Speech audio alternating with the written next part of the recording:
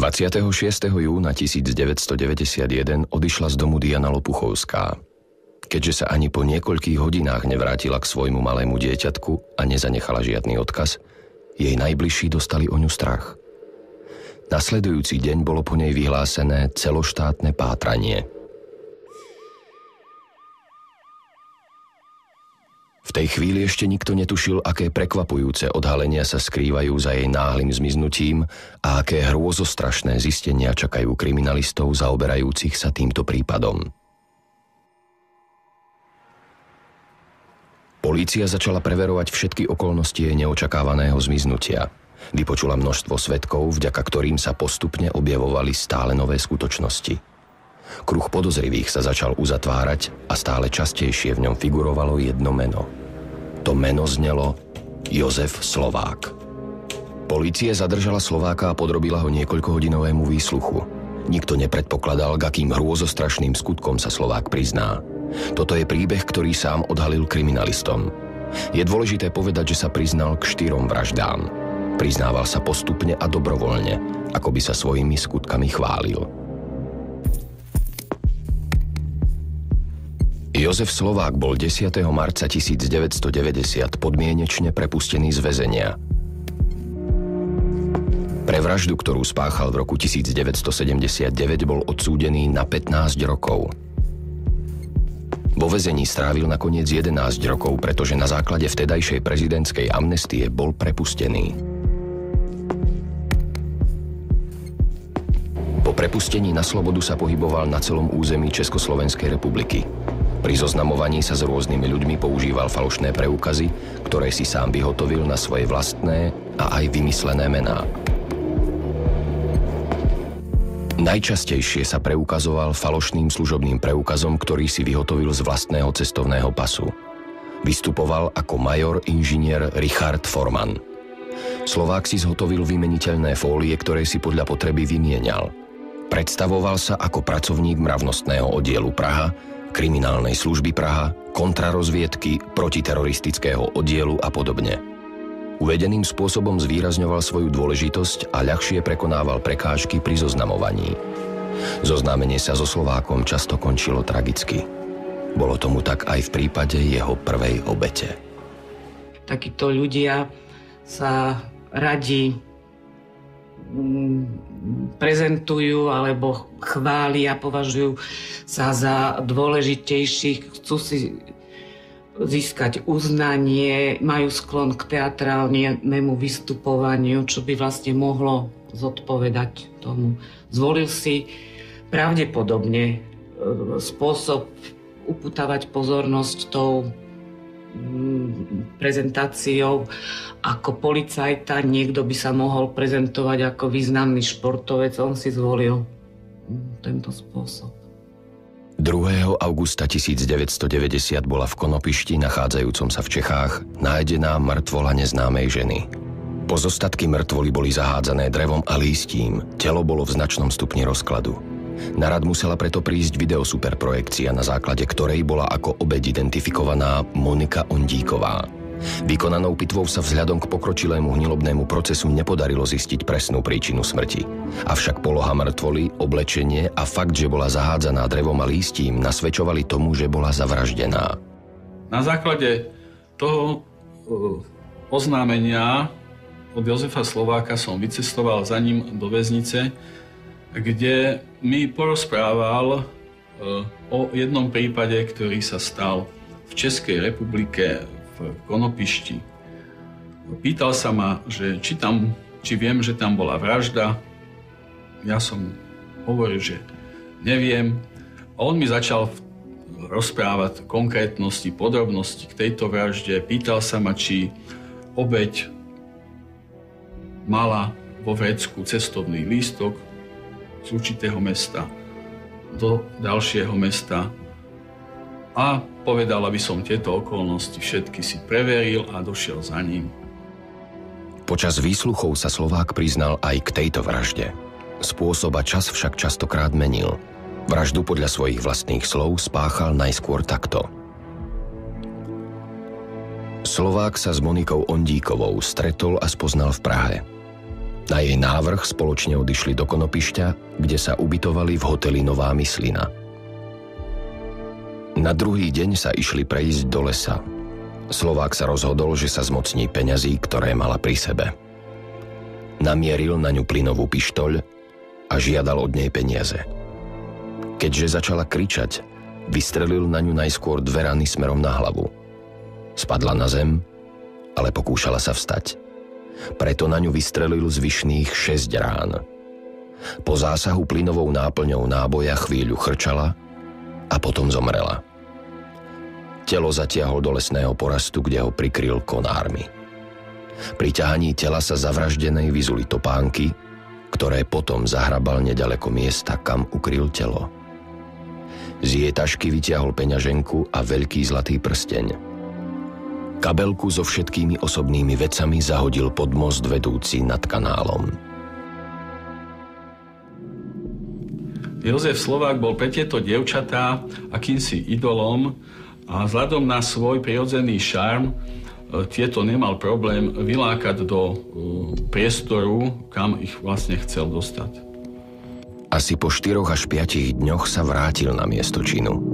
Zistil, že sa s telom nehýbalo. Rozhodol sa preto, že sa pokúsi zmiasť políciu falošnými stopami. 19. júna opäť pricestoval na Konopište. Vrátil sa k telu zavraždenej a do vrecka nohavíc jej vložil cestovný lístok. Potom išiel na recepciu hotela, v ktorom bol s Ondíkovou ubytovaný. Predstavil sa falošným preukazom pracovníka polície, ktorý si sám vyrobil na meno major inžinier Richard Forman. A z hotelovej knihy chcel tak zahladiť a zničiť údaj o pobyte na Konopi. Vytrhol jeden list. Do hotelovej knihy si totiž nechal zapísať falošné meno, ale adresu trvalého pobytu uviedol pravdivú. Polícii sa podarilo získať plynový revolver. Na základe expertíz zistili, že skúmaný revolver nemôže mechanicky poškodiť ľudský organizmus tak, aby bola spôsobená smrť. Je teda vylúčené, že Slovák usmrtil Ondíkovú spôsobom, ako uvádzal vo svojej výpovedi. Aj na základe týchto faktov nakoniec zmenil svoju výpoveď. Uviedol, že zavraždenú najskôr omráčil výstrelom z plynovej pištole a potom ju dreveným kolom udrel do pravej strany hlavy. Toto drevo našiel na mieste činu vraždy. Teraz však poprel fakt, že by Ondíková mala pri sebe peniaze. Počas rekonštrukcie Slovák ukázal, v akej polohe bola Ondíková v čase, keď na ňu vystrelil.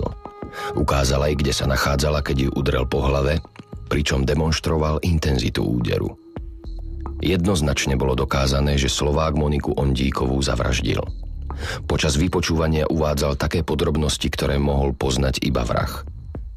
Aj keď Monika Ondíková bola jeho prvou obeťou, k tejto vražde sa priznal až potom, čo ho polícia zadržala v súvislosti so zmiznutím úplne inej ženy. Vráťme sa ale na začiatok nášho príbehu. Slováka zadržala polícia v súvislosti so zmiznutím Diany Lopuchovskej. Počas výsluchov sa Slovák rozhodol, že ukáže miesta, kde sa nachádzajú telá ďalších 2 zavraždených žien. Do pohybu sa dalo množstvo policajných zložiek, ktoré mali zabezpečiť, aby Slovák neutiekol. Ako prvé sa rozhodol odkryť prvé tajomstvo, kvôli ktorému padol do rúk polície. Práve v súvislosti so zmiznutím Diany Lopuchovskej ho polícia podozrievala už od prvej chvíle. Ako sme dochádzali do Karpát, do kopca a blížili sme sa k miestu obete, kde bola zahrabaná, Jozef Slovák vetril a hovoril, už sa blížime, už to tu niekde musí byť, už cítim smrad, cítiš to, ten mŕtvolný smrad. A naozaj boli sme už niekoľko desiatok metrov od miesta nálezu. 17. júla 1991 zaviedol kriminalistov Slovák do lesa v Záhorskej Bystrici. Tu im ukázal presné miesto, kde sa nachádzala mŕtvola v značnom hnilobnom rozklade. Na základe zaistených kúskov šatstva a vykonanou videosuperprojekciou lebky bolo jednoznačne preukázané, že ide o mŕtvolu Diany Lopuchovskej. Najzaujímavejší bol však Slovákom uvádzaný dôvod jej zavraždenia.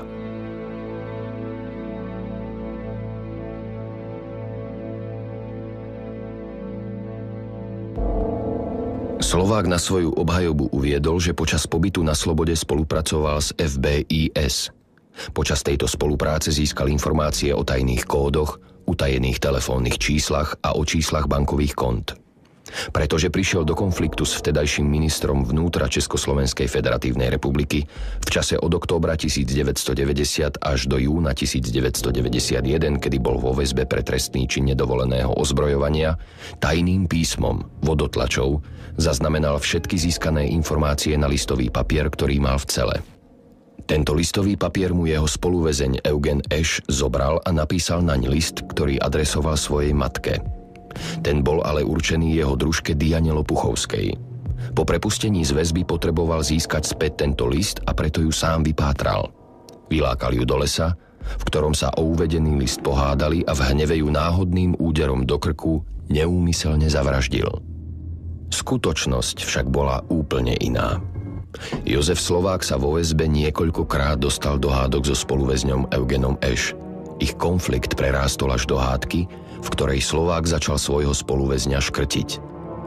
Ďalší spoluväzeň však zabránil Slovákovi uškrtiť Eugena Eš. Slovák sa po tomto incidente vyhrážal, že keď bude prepustený z väzby, vyhľadá družku Eugena Eš a nahovorí ju na to, aby ho opustila.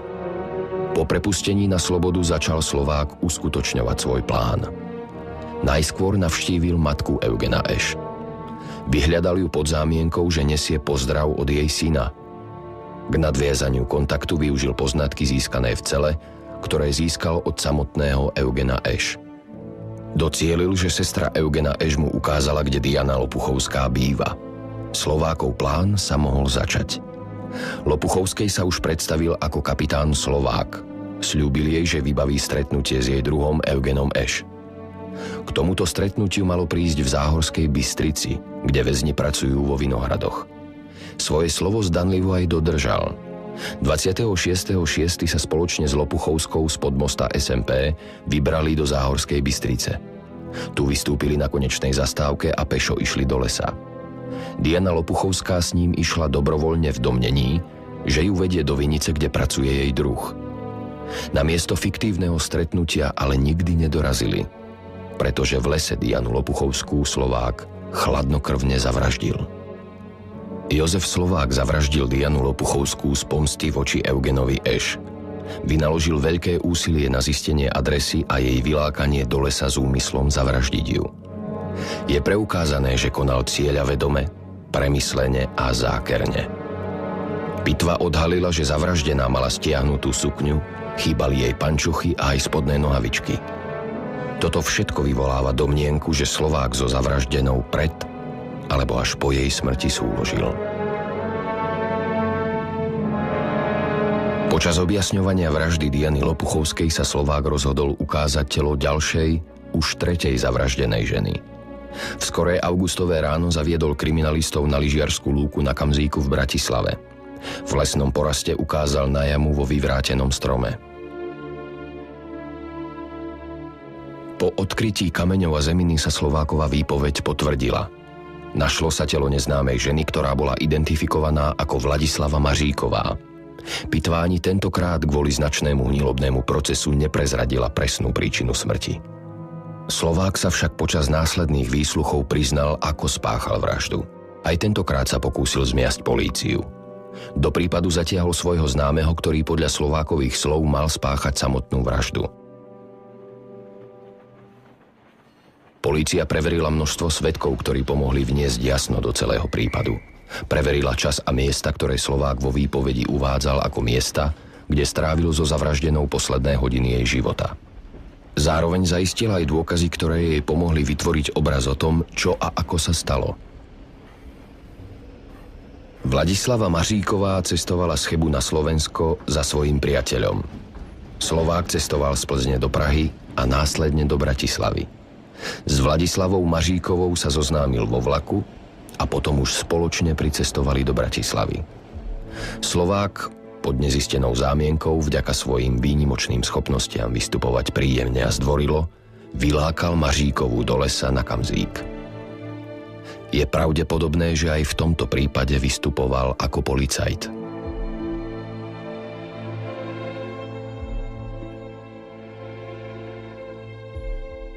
Po príchode na lyžiarsku lúku Vladislavu Maříkovú bez zaváhania zavraždil.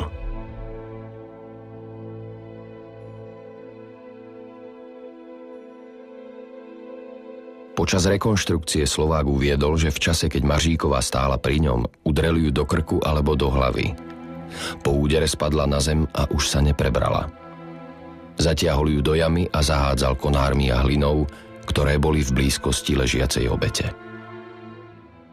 Jozef Slovák pri vykonávaných rekonštrukciách alebo respektíve previerkách výpovedí sa správal veľmi iniciatívne, ukazoval, kde zahrabal obeť, názorne ukazoval, ako ju zahrabal pod vyvrátený koreň stromu.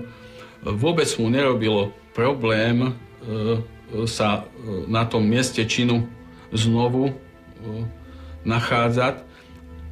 A podľa všetkého tieto rekonštrukcie, previerky výpovedí mal dokonca rád, lebo si pripomínal tú situáciu, ten určitý rituál, za ktorého k tejto vražde došlo. Po Slovákovej výpovedi prišli na rad súdni znalci, ktorí sa vyjadrili k spôsobu zavraždenia. Znalec vylúčil, že úder lakťa do krku by mohol spôsobiť smrť. Poloha tela a aj fakt, že mŕtvola bola ukrytá a zahrabaná na mieste, kde bol minimálny predpoklad, že by mohla byť náhodne nájdená, sa stali dôkazom toho, že sa stala obeťou vraždy. Na šatách neboli nájdené žiadne stopy po bodných a strelných ranách. Podľa výpovede znalcov kriminalisti vyvodili záver, že Slovák úderom lakťa zvalil svoju obeť na zem a potom ju uškrtil. Počas škrtenia sa bránila a poškrabala ho pod okom.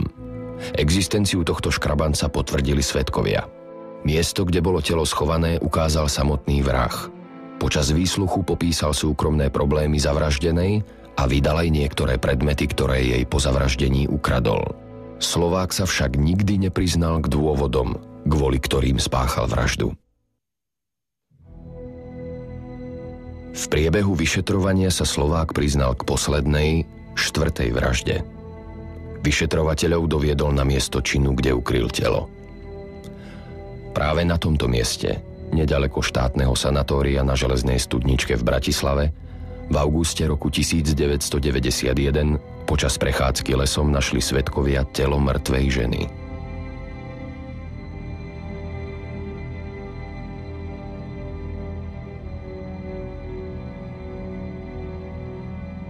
Na základe vykonanej videosuperprojekcie, nájdeného oblečenia a šperkov bola v mŕtvole identifikovaná nezvestná Anna Kráľovičová. Vo výpovedi Slovák uviedol, že Annu Kráľovičovú spoznal v roku 1990 počas návštev u svojho známeho. V deň, keď došlo k vražde, ju náhodne stretol na Železnej studničke. Dohodli sa, že sa spolu pôjdu prejsť do lesa. Počas rozhovoru ho začala vyzývať k súloži. Preto ju udrel do tváre. Po údere začala kričať a utekať preč. Spadli jej okuliare a stratila orientáciu, následkom čoho narazila do plota lesnej škôlky. Slovák sa priznal, že vtedy ju nájdenou palicou silno udrel do chrbta. Otočila sa a ďalej silno kričala, preto ju udrel ešte raz, pričom ju trafil po hlave. Po tomto údere spadla na zem a pokúšala sa vstať. Keď ležala tvárou k zemi, kľakol si na ňu a roztrhal jej košeľu. Z látky košele si natrhal pásiky, s ktorými jej zviazal ruky za chrbtom a druhým pásikom látky ju škrtil. Telo odhodil do vysokej trávy. Na mieste zanechal 3 ampulky od lieku Analgín. Takto chcel pomýliť políciu. Potom z okolitých stromov poodlamoval konáre a mŕtve telo nimi zakryl.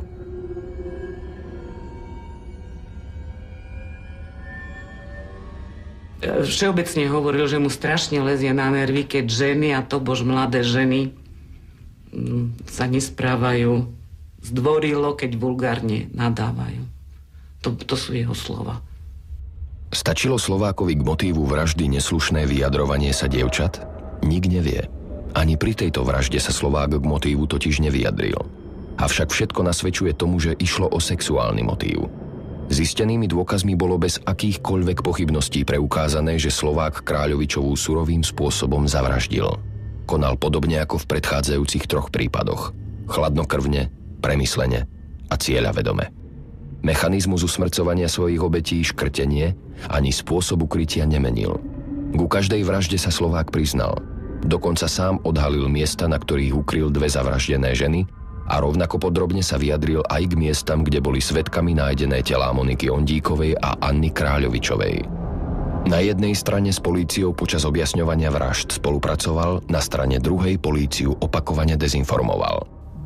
Jozef Slovák po doznaní 4 vražd mal tendencie zavádzať políciu s tým spôsobom, že stále hovoril o tom, že ešte sú nejaké obete jeho a sú zakopané v Karpatoch.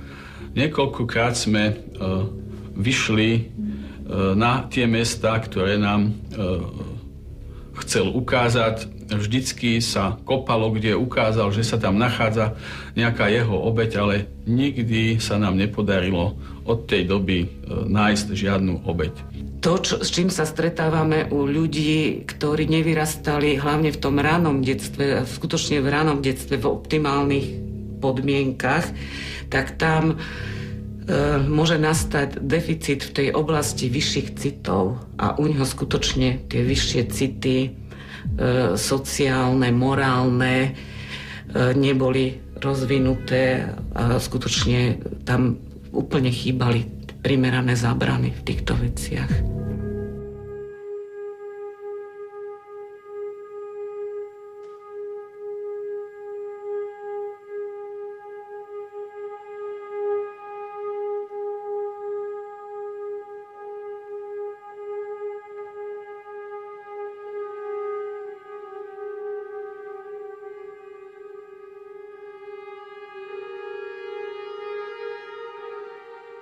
Z psychologického hľadiska nie je motivačné pozadie trestného konania veľmi jasné, pretože k činom došlo bez svedkov.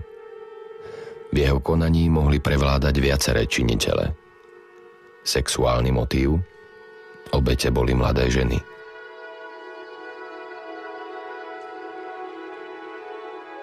Motív zisku, pričom sa nemusí jednať len o materiálny zisk. Vylúčiť nemožno ani ďalšie faktory, ako sú pomsta,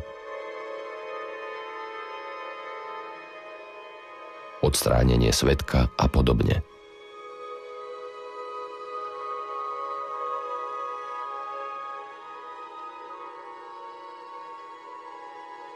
Slovák sám však dodnes odmieta odhaliť motív svojho vražedného konania.